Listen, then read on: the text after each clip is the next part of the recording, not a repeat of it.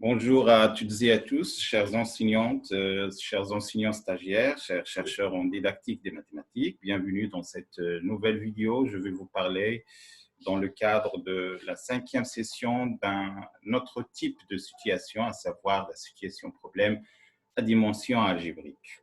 Si on a beaucoup disserté et respecté la structure classique dans les différents types de situations problèmes que j'ai évoquées, à savoir la problématique, objectif, cadre théorique, et puis la méthodologie et analyse, et enfin analyse, et puis les résultats et enfin la conclusion. Dans cette session, je vais plutôt donner la force à la lecture didactique de dispositifs appelés situations problèmes à dimension algébrique, et puis la méthodologie et l'analyse des résultats. Donc, en ce qui est cadre théorique, je ne vais pas me tarder là-dessous, mais je vais mettre à votre réflexion les supports que j'ai évoqués pour défendre mes considérations.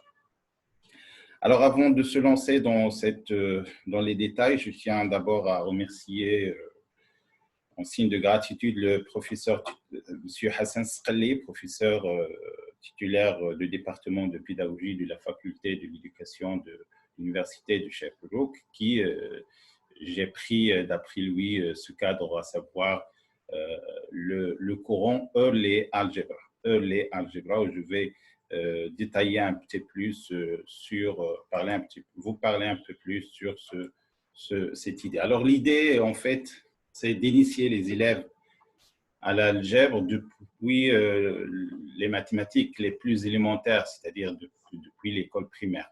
Donc, cette idée a été formulée il y a 2 décennies maintenant. Donc, a priori, c'est à partir depuis 1990. Elle est maintenant admise chez un nombre de chercheurs. Alors, ce courant reconnu sous l'appellation Early Algebra, ou bien une traduction en français en quelque sorte, c'est algèbre avant la lettre. L'objectif est non pas d'ajouter un nouveau contenu mathématique à enseigner, mais plutôt d'orienter, de réguler les activités vers le développement de la pensée algébrique. Par exemple, formuler, justifier, argumenter, ou bien justifier, dépasser aux généralisations. Alors, je vais détailler un petit peu à partir de 3 exemples ce courant. Donc, mais il s'avère très important de faire d'abord une distinction entre l'arithmétique et l'algèbre. Donc, on s'est bien entendu que l'arithmétique, historiquement, l'algèbre est venue après l'arithmétique. On a déjà parlé, par exemple, évoqué le nom d'Al-Khwarizmi, son apport sur l'algèbre. Alors, par exemple, quand vous demandez à un élève de résoudre l'équation x moins 3 égale à 5, ou bien trouver les solutions de l'équation x moins 3 égale à 5, et trouver la solution à partir, ou bien en vérifiant les valeurs suivantes, 2, 3, 5, et ainsi de suite. Alors, l'élève va arriver sûrement à résoudre cette équation, mais d'un point de vue arithmétique, parce que ce qu'il va faire, c'est qu'il va remplacer x respectivement par les valeurs que vous avez proposées. Donc, l'idée ici est forcément, c'est l'arithmétique. Au lieu de faire, par exemple, le processus bien l'algorithme de soustraction, addition, multiplication, division, ramener les variables de l'autre côté, faire passer les nombres de l'autre côté de l'égalité, par exemple, ce qu'on appelait l'algèbre. Quand vous dites à vos élèves qu'un nombre pair, c'est un nombre dont le chiffre des unités est un multiple de 2, par exemple. Donc, ici, la pensée est tellement arithmétique parce que l'apprenant va regarder directement le chiffre des unités pour conclure ça, pour passer à la conclusion. Au lieu de dire, par exemple, on va tout nombre, un entier naturel et dit pair s'il s'écrit sous la forme de k avec k appartient à 1. Donc, vous voyez, parler algébriquement, c'est passer en quelque sorte à la généralisation, à travailler avec la symbolisation et donner des idées plus générales. Développer la pensée algébrique revient également à, depuis l'école élémentaire, depuis les mathématiques les plus élémentaires. C'est faisable. Pourquoi? Je vais vous donner l'exemple suivant. Quand vous demandez à un apprenant de réussir l'opération 3 plus 4, et de l'autre côté, vous le demandez de faire la même opération, mais cette fois-ci 4 plus 3. Donc, il va se rendre compte qu'il va trouver le même résultat. Vous allez changer des chiffres ou bien des nombres, et après un certain moment, vous aurez, l'élève va passer à concevoir l'idée que A plus B en général, c'est B plus A. Donc, vous avez évoqué ici, dans une pensée, dans une dimension algébrique, la propriété de la commutativité, savoir A plus B égale A, B plus A pour tout A et B dans R, par exemple. Alors, pour notre situation problème, on va aborder une erreur, savoir l'erreur de la simplification, mais par une pensée algébrique. Pour faciliter, pour donner directement l'idée générale, l'erreur, c'est simplifier. Donc, on a tendance toujours à simplifier en barrant, par exemple, un nombre ou bien une variable. Mais l'idée de parler algébriquement revient, au lieu de faire cette simplification, c'est multiplier par l'inverse d'un nombre donné. Parler algébriquement, c'est-à-dire faire de la composition par un élément symétrique. C'est faire de la composition. Donc, ceci, en gros, c'est ce qu'on va voir dans cette situation problème à dimension algébrique. Donc, je vais partager avec vous le manuscrit en question. Il est soumis à une revue de didactique. Alors, le titre de cet article est Situation problème à dimension, mise en place d'un dispositif favorisant la pensée algébrique, une étude de cas avec simplifié. Je l'ai aussi intitulé Situation problème à dimension algébrique. Alors, pour notre dispositif, donc je vais quand même évoquer quelques ingrédients classiques de ce dispositif. Alors, la problématique, c'est de remédier à une erreur scolaire, à savoir la simplification. Et on a déjà disserté sur une vidéo qu'il s'agit bien d'une erreur scolaire qui s'inscrit dans le cadre des habitudes scolaires que l'apprenant rencontre en classe. Et on a aussi fait passer un questionnaire pour arriver à la conclusion qu'il s'agit bien d'une erreur persistante, une erreur fréquente en classe de mathématiques. Alors, pour le public cible, il s'agit des élèves de la première année du lycée.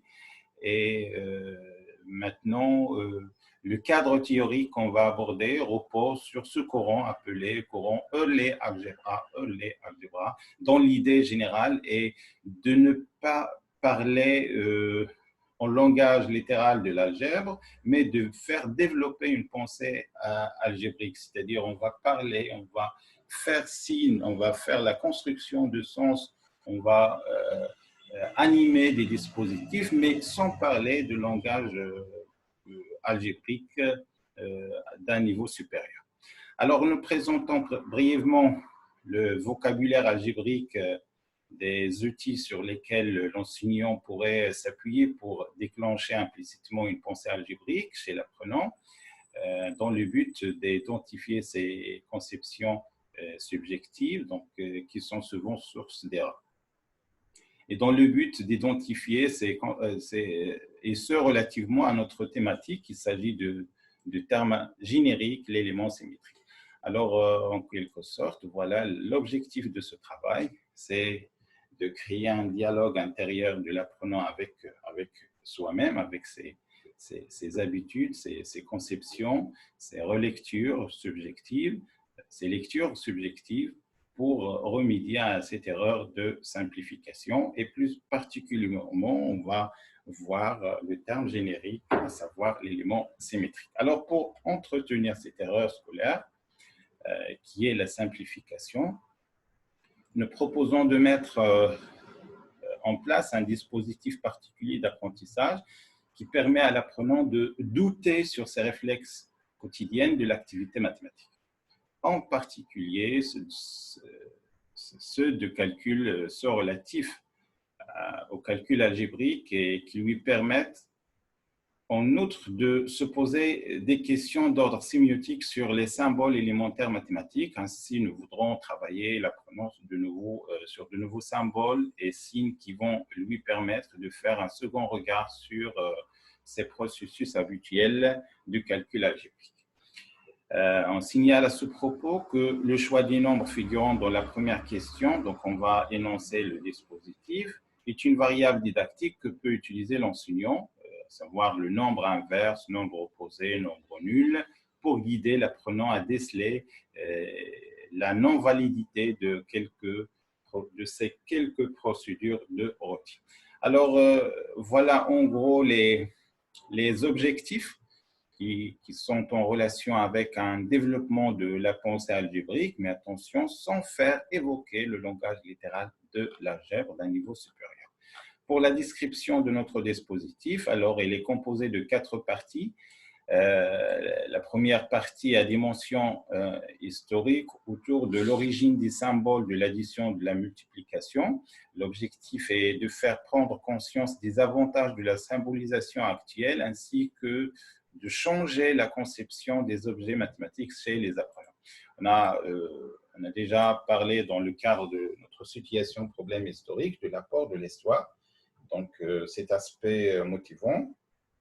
Et cette fois-ci, on va en profiter du cheminement historique, de l'apport de l'histoire dans l'apprentissage pour éclairer, pour présenter une idée, à savoir que la symbolisation actuelle est plus développée, plus facile et plus maniable, disons, que la symbolisation ancienne des mathématiques.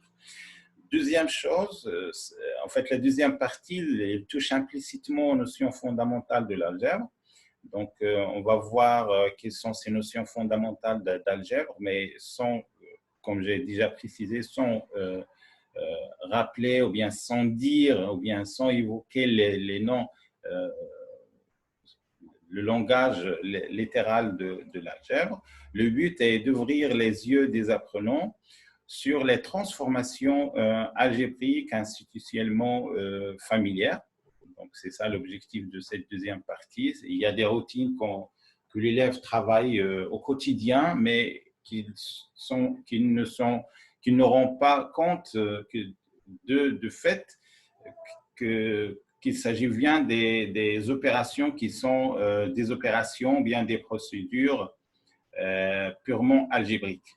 Et ensuite, la troisième partie présente des équations algébriques non ordinaires. On vise à placer les apprenants dans un nouveau milieu de la résolution des équations, ce qui est tout à fait faisable. Donc, on va lui donner le contrôle de la situation. Et enfin, la quatrième partie concerne la résolution d'une équation algébrique de troisième degré. Une situation extraite d'un devoir surveillé. Nous voulons, dans une perspective didactique, revenir à la question de départ pour évaluer notre approche. Alors, en gros, voilà la description ou bien le contexte général de notre situation. Je rappelle qu'il s'agit de 4 parties. On va les voir une par une. La première est à dimension historique. La deuxième touche implicitement aux notions fondamentales de l'algèbre. La troisième présente des équations non ordinaires. Et enfin, la quatrième concerne la résolution d'une équation de troisième degré. Pour l'expérimentation, alors l'erreur ciblée, c'est toujours l'erreur de la simplification. Si mx égale à my, alors après simplification, on a x égale à y. Ainsi, le but est de différencier les processus à dimension didactique. Bon, dans le but de différencier les processus à dimension didactique, nous nous focalisons sur le rôle fondamental que peut jouer l'enseignant sur ce point. car nous pensons que l'une des ressources possibles de l'erreur mentionnée est due à la pratique langagière de ce dernier en classe de mathématiques. De plus, ceci pousse l'apprenant à dégager un automatisme du calcul algébrique lié plutôt au qualificatif de mots simplifiés au lieu de percevoir le sens des relations de structure algébrique sous ce rapport. Donc, oui, c'est exactement ceci. On a déjà parlé de l'origine de cette erreur, mais l'objectif, c'est de pousser l'apprenant à dégager une compréhension de sens, une construction de sens, et ne pas vraiment avoir l'idée simple de l'adjectif qualificatif, en fait, de qualifier le mot simplifié par une opération de routine, de quotidien, mais de mieux de l'apercevoir dans un sens algébrique, savoir qu'il s'agit d'une composition ou bien au moins d'une multiplication par l'inverse de l'élément sous-jacent. Alors voilà notre dispositif, ce que j'ai appelé la situation problème à dimension algébrique. Alors la partie 1, intitulée un peu d'histoire sur l'origine des symboles mathématiques. Donc j'ai évoqué ici les symboles de plus et de moins, d'après l'écriture ancienne égyptienne. Donc, et puis, j'ai même évoqué le symbole de la multiplication depuis 1620, 1631. Donc, on a l'habitude de nommer, de noter la multiplication par la lettre M. Donc, ça, c'est la partie 1 qui présente des éléments d'ordre historique. Comme on a dit, l'objectif, c'est de percevoir que la symbolisation ou bien la notation actuelle est bien plus pratique, surtout dans le cadre scolaire, que la symbolisation ancienne. Et donc, pour la partie 2, cette fois-ci, on va considérer un ensemble, c'est l'ensemble G qui est égal à R moins 2018. On verra par la suite pourquoi j'ai retranché seulement cet élément, moins 2018, de l'ensemble R. En fait, j'ai nommé cet ensemble, c'est l'ensemble G. Alors, et puis pour X, Y, dans G, je vais définir X étoile Y, je vais l'appeler pour le moment, c'est une opération. Donc, X étoile Y, c'est XY, la multiplication au sens usuel, plus 2018X, plus 2018Y, plus 2017 fois 2018. Donc, voilà, en quelque sorte, une relation qui relie deux éléments de cet ensemble G. Première question, calculer 0 étoile 2017, 1 étoile 2017, 1 sur 2017 étoile 2017. B, montrer que pour tout x, y, alors x étoile y appartient à G, et on va parler par la suite des ressorts didactiques ou bien la lecture didactique de chacune des questions. Pour le moment, j'essaie juste d'énoncer le résultat et de faire apparaître qu'il est tout à fait faisable qu'un apprenant, qu'un élève de la première année du lycée pourrait en passer sans problème. Montrer que x étoile y égale y étoile x, montrer que pour tout x, y et z dans G, x étoile, donc en quelque sorte, x étoile parenthèse y étoile z égale à x étoile y entre parenthèses étoile z. Troisième question, note E, le nombre qui vérifie E étoile x égale à x, déterminer ce E. On prend E égale à moins 2017, sachant que pour tout x dans G, il existe x' dans G tel que x égale à E, montrer que ce x' égale moins 2018 plus 1 sur x plus 2018. Troisième partie, résoudre dans G des équations suivantes. 0 étoile x égale moins 2017, x étoile x égale à 0, et x égale x étoile x, et bien d'autres équations.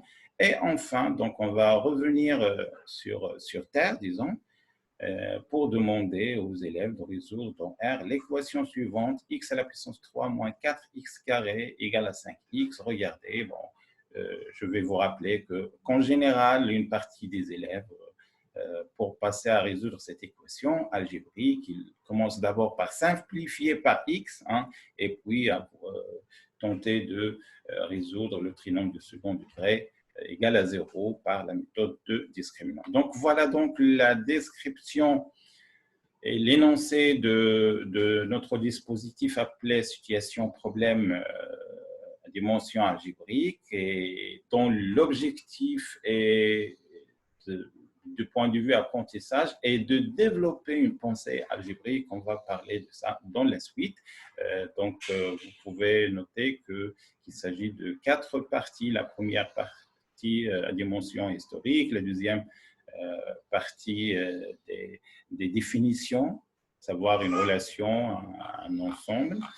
Et puis la troisième partie, des équations non habituelles. Et enfin, la quatrième partie qui présente une situation issue d'un devoir de contrôle surveillé, à savoir un trinôme, bien une équation algébrique de troisième degré. Alors, on va passer à l'analyse a priori de dispositifs et la prise en compte des premiers paramètres. Alors, nous nous intéressons à émerger les allers-retours entre les automatismes de calcul algébrique et de l'aspect rationnel de l'activité mathématique. Alors, pour ce mot, ce concept de l'aspect rationnel de l'activité mathématique, cela, je vais vous parler de la rationalité de l'activité mathématique dans un autre papier que je vais évoquer lors de la 6e session, où je vais vous parler d'une situation problème à dimension rationnelle. Donc, pour le moment, on aimerait bien, on s'intéresse à émerger les allers-retours entre les automatismes de calcul algébrique et l'aspect rationnel de l'activité mathématique. Et donc, on essaie à penser un rapport satisfaisant à la rationalité mathématique dans sa dimension de structure algébrique. Alors, notre cadre théorique, celui de courant Early Algebra en 1990, il y a maintenant 2 décennies, un courant que nous souhaitons aider à s'engager de façon réfléchie à apercevoir une erreur fréquente de l'activité mathématique scolaire.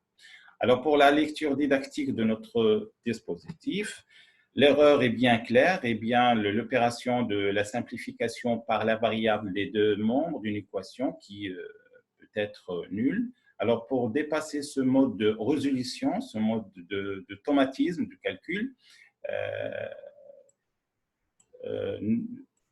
on va prendre une approche qui faisant intervenir un système d'écriture symbolique non habituel. Voilà, l'apprenant a l'habitude de travailler par la multiplication usuelle, donc on va utiliser d'autres symboles que vous avez déjà vus dans le dispositif, à savoir le symbole étoile. Ce symbole qui relate implicitement de l'algèbre, nous avons proposé dans notre dispositif 4 questions dont la capacité attendue est d'effectuer des calculs algébriques avec de nouvelles symbolisations. Donc, vous avez pu noter ça parce qu'il y a un calcul derrière, mais avec de nouvelles symbolisations, à savoir le symbole étoile. Ainsi, ce qui entraîne un changement de statut épistimique des séquences de la résolution et aussi de discours démonstratifs. Ainsi, les objets mathématiques changent également.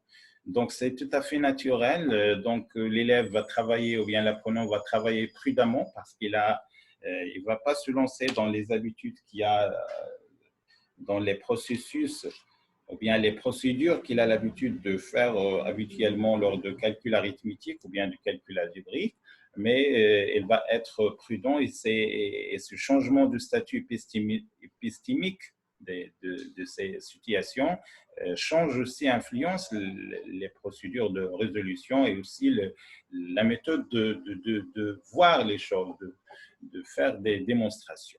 Alors, chacune des questions pour la mise en œuvre, alors on va donner quelques conseils aux enseignants, aux animateurs. Chacune des questions de la partie 2 doivent être travaillées individuellement dans un temps suffisant pour la recherche, et ce pour donner l'apprenant le temps de se parler à soi-même dans le but de créer chez lui des réflexes qui lui permettront de prendre un second regard de son activité démonstrative habituelle. On signale à ce propos que l'apprenant va se trouver privé de l'usage de calculatrices scientifiques ou de la technique de changement du cadre, deux alternatives que l'apprenant a l'habitude d'exploiter en cas de blocage de ces stratégies algébriques. Effectivement, si vous vous rappelez, lors de la situation problème étonnante, lors de l'expérimentation, on a vu qu'il y a des élèves qui ont utilisé leur calculette pour vérifier la véracité de quelques chiffres ou bien de quelques nombres. Mais dans ce cadre-là, avec cette nouvelle symbolisation, hop, pas de calculatrice qui va rien servir. Et donc, voilà une remarque importante dans cette dimension. Alors, le tableau ci-dessous présente les concepts algébriques que font émerger ces trois questions de la partie 2 de notre dispositif. Bien évidemment, l'enseignant ne va pas évoquer ce langage littéral d'algèbre, hein, mais c'est juste dans le cadre de notre lecture didactique de dispositif. La question 1, il parle d'une loi de composition interne. On va même revenir, regardez. C'est une loi de composition interne. C'est montrer que pour tout x, x étoile y appartient à G pour tout x, y dans G. La deuxième question, en fait, a montré que x étoile y égale y étoile x, ça c'est de la commutativité. Et l'autre question, c'est l'associativité. Et l'autre question, c'est l'élément neutre. Et enfin, exprime, c'est l'élément symétrique. Donc, vous voyez qu'il y a toute une série d'un vocabulaire algébrique, mais sans que l'enseignant dégage ces mots, ce langage verbal d'algèbre. Déroulement de l'expérimentation.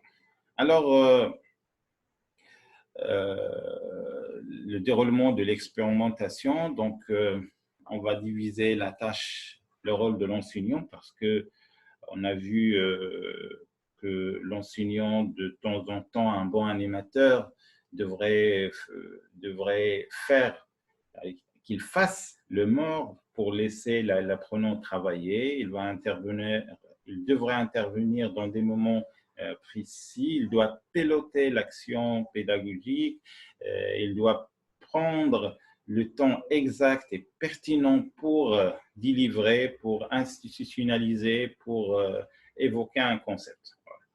Donc c'est pourquoi il est important vraiment de proposer une mise en œuvre qui va éclairer les tâches, le rôle de l'enseignant au moment opportun. Alors, voilà le tableau ci-dessous présente un scénario de déroulement de la séance estimée en 2 heures environ.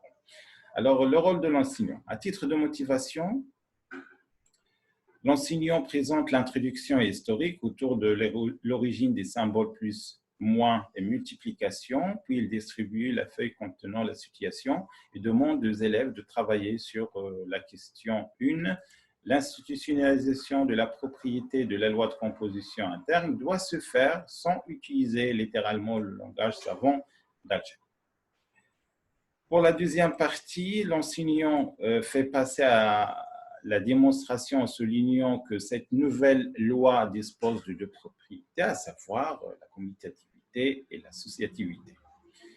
Et puis, dans un troisième moment, l'enseignant fait en sorte de pousser les élèves à discuter de leur stratégie habituelle de la simplification par une variable en évoquant les deux notions élément neutre et élément symétrique.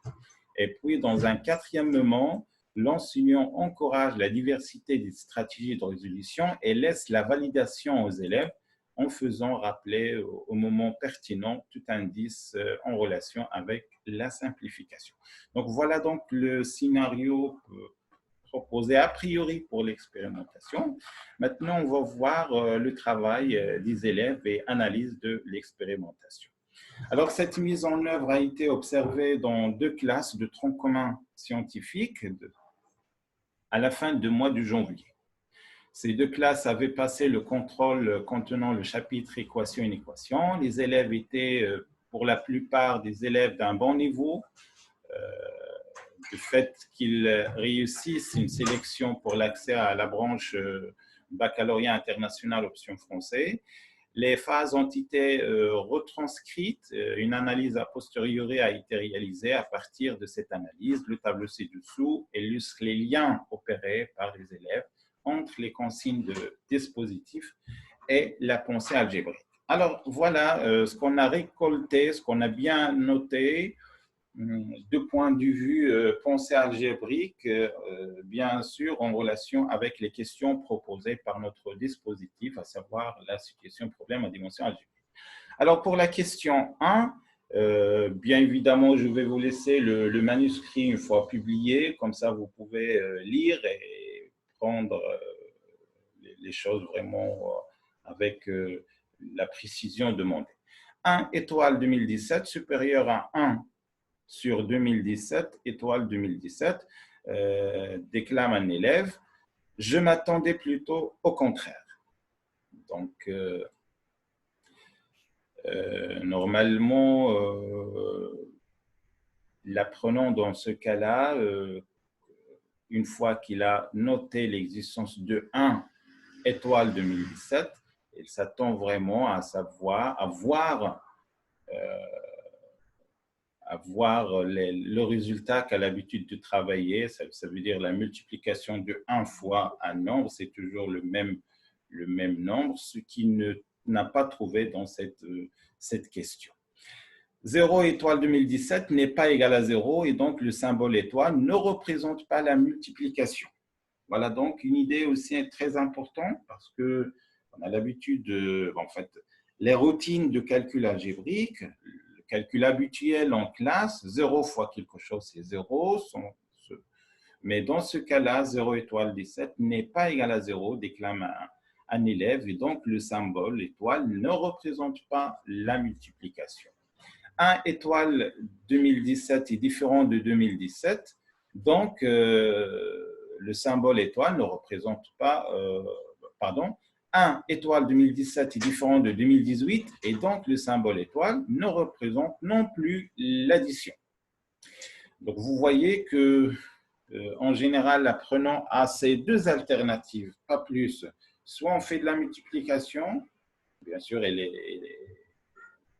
la division, soit on fait de l'addition et bien évidemment de la soustraction. Donc, d'après sa première conclusion, il a pu arriver à dire que le symbole étoile ne représente ni la multiplication ni l'addition. Une autre remarque, pourquoi le choix de nombre 2017 dans la définition de l'ensemble G? Voilà une question naturelle qui s'est posée. Pourquoi dans notre dispositif on a pris G égale à R, ensemble R moins 2017? Donc, une réponse, on va la voir par la suite. Mais l'idée, c'est pourquoi lors de travail avec R étoile, on ne se pose pas la question, monsieur, mais pourquoi vous avez... pourquoi on a mis une telle importance sur la création d'une nouvelle notation qui est R étoile, ça veut dire R moins 0. Mais pourquoi exactement le 0? Donc, c'est en quelque sorte l'objectif didactique de ce choix. Et on va voir que les élèves vont déceler ceci à la fin de l'expérimentation. Cette opération est homogène, donc c'est une expression pour dire qu'il s'agit bien d'une loi de composition interne. Les variables x, y jouent des rôles symétriques lors de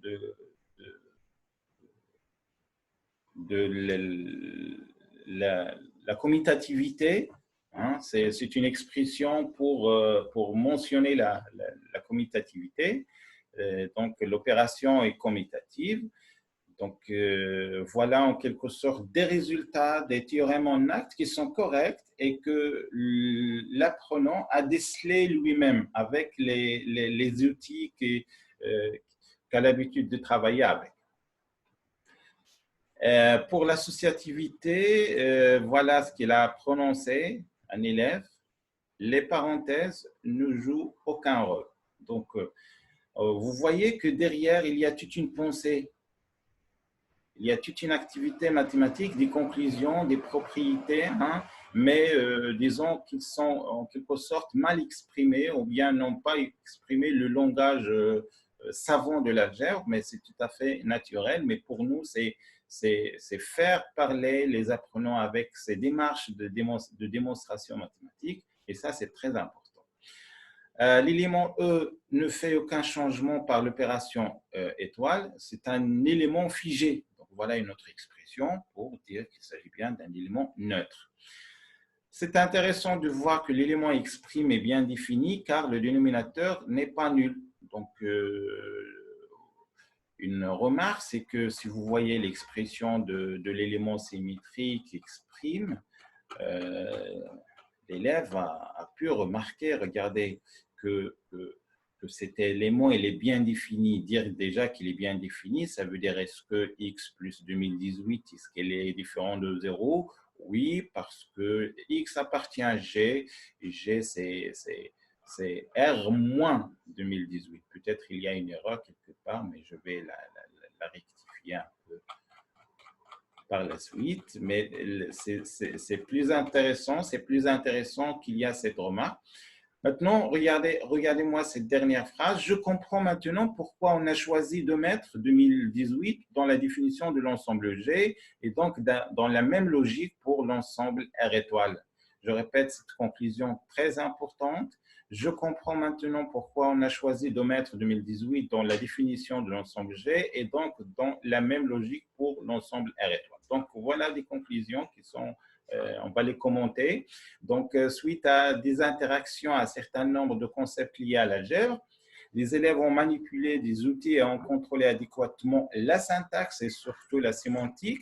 On a observé en outre un passage de mode de raisonnement arithmétique où souvent l'apprenant cherche à trouver la valeur de l'inconnu à un mode de raisonnement à pensée algébrique où la tendance à la généralisation est favorisée. Et permettez-moi de vous relire ceci parce que il me semble que c'est très important et c'est en guise de conclusion. Donc, suite à des interactions à un certain nombre de concepts liés à l'algèbre, les élèves ont manipulé des outils, ont contrôlé adéquatement la syntaxe et la sémantique. Donc, je vais vous parler de ces deux mots-clés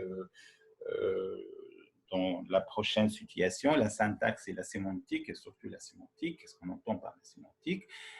On a observé en outre un passage de mode de raisonnement arithmétique où souvent l'apprenant cherche à trouver la valeur de l'inconnu à un mode de raisonnement, à pensée algébrique où la tendance à la généralisation est favorisée. Le retour au milieu standard proposé par la partie 4 nous montre a posteriori que la réponse que nous apportons pour la remédiation à l'erreur de la simplification nous semble valider notre hypothèse mise à cet enjeu. Non pas parce que la totalité des élèves ont réussi la résolution de l'équation algébrique, mais ces derniers ont conçu le sens profond de la structure algébrique de l'ensemble R étoile, tout particulièrement lorsqu'ils ont utilisé des symboles dans un contexte différent de leur pratique de routine. Ils ont pu, par exemple, différencier les deux ensembles R et R étoile, ça c'est important, et par conséquent pratiquer la démonstration de manière méthodique en appliquant implicitement le raisonnement par disjonction de cas. Donc, il y a même ce développement nous a permis à travailler sur la logique mathématique et les raisonnements logiques mathématiques, par exemple le raisonnement par disjonction de cas ou bien par étude de cas, à savoir qu'il faut différencier une fois que vous avez travaillé dans R et R étoile, différencier le cas où la variable est égale à 0 et le cas où la variable est différente de 0. Alors pour notre conclusion, de ce dispositif appelé situation problème à dimension algébrique, dans une perspective générale de sonder la culture de l'activité mathématique scolaire, il nous semble que l'adaptation des injonctions de quelques directives incitant les enseignants à une pratique de classe via une pensée algébrique sans usage direct de vocabulaire d'algèbre pourrait participer à la remédiation de quelques erreurs scolaires persistantes. Notre expérimentation a permis l'éclairage sur le développement de la pensée algébrique chez les élèves via des outils sémiotiques mis en œuvre pour contribuer à développer chez l'apprenant de nouveaux processus intellectuels intérieurs qui lui permettront de mieux comprendre le sens profond attribué aux objets mathématiques en côtoyant les règles de l'algèbre. Donc, on cible l'une des finalités, c'est toujours de la didactique, c'est la construction de sens. Et je pense que en utilisant la pensée algébrique, va nous répondre à une telle question, ou bien au moins va nous donner au moins quelques éléments de réponse à une telle question. Par ailleurs, notre dispositif pourrait servir comme ressource pour accompagner les enseignants à intégrer des situations favorisant une pensée algébrique susceptible de réguler quelques-unes de leurs pratiques langagières, souvent source de représentation mentale erronée. En conclusion, nous souhaitons que l'apprenant puisse dépasser le raisonnement arithmétique pour favoriser une pensée algébrique afin de changer son ancienne conception de mots simplifiés par la multiplication, c'est-à-dire la composition, par un nombre inverse, à savoir l'élément symétrique, non nul, c'est-à-dire différent de l'unité. Voilà donc ma proposition pour cette session numéro 5. On a parlé de la situation problème à dimension algébrique en se basant sur le courant Early Algebra qui, en général, favorise